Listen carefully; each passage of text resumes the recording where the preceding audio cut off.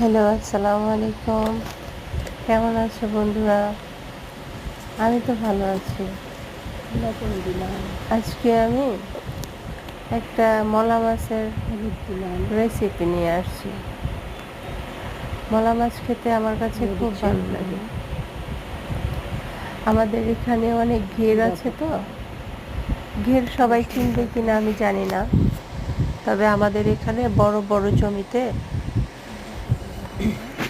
মাছ ছাড়া হয় পুকুরের মতো করে।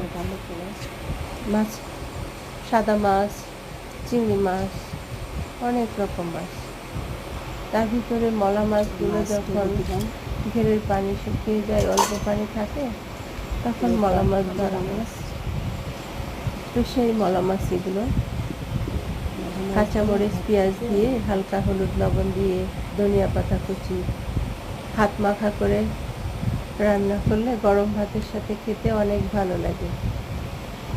বন্ধুরা, তোমাদের কার কার ভালো লাগে কমেন্টে জানিয়ে যেও। আর আমার নতুন চ্যানেল সবাই সাবস্ক্রাইব করবে, পাশে থাকবে।